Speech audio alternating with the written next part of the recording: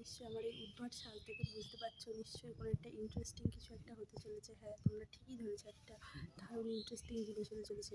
আজকে আমি এই উদ্ভট সেজে আমার মায়ের উপর একটা প্র্যাঙ্ক করবো। জানি না কী হবে, তার জন্য নিশ্চয়ই আমাকে অনেকটা মারটাও খেতে হতে পারে। তো চলো দেখা যাক মায়ের রিয়াকশানটা কী হয় আমাকে দেখে। তো চলো, মা এখন রান্না করছে, রান্নাঘরে গিয়ে দেখি মা দিদা দুজনেই আছে, আমাকে দেখে কী বলে। তো আমি এখানে কী বলবো কিছু ভেবেই পাচ্ছিলাম না। এখানে আমি হি হি করে হাসছিলাম। তো আমার দিদার দিকে তো আমাকে খুব বলছিল যে এসব কেন করেছিস। তো তারপরে আমি যাচ্ছিলাম মায়ের কাছে, মা আমাকে দেখে কী বলে তার জন্য।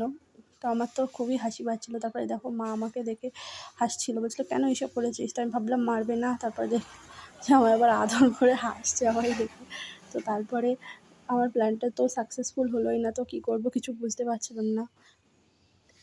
তো তারপরে যাচ্ছিলাম কাকিমাদের বাড়িতে। চুলটা একটু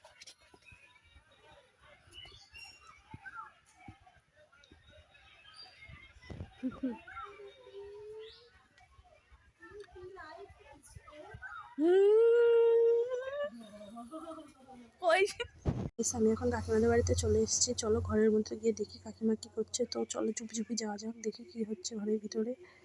তো খুঁজেই তো পাচ্ছিলাম না। তো তারপরে এই দেখলাম কাকিমা এখানে বসে বসে হচ্ছে কাজ করছে। তো তারপরে এই দেখো আমাকে দেখে তো পুরো অজ্ঞানী হয়ে গিয়েছিল।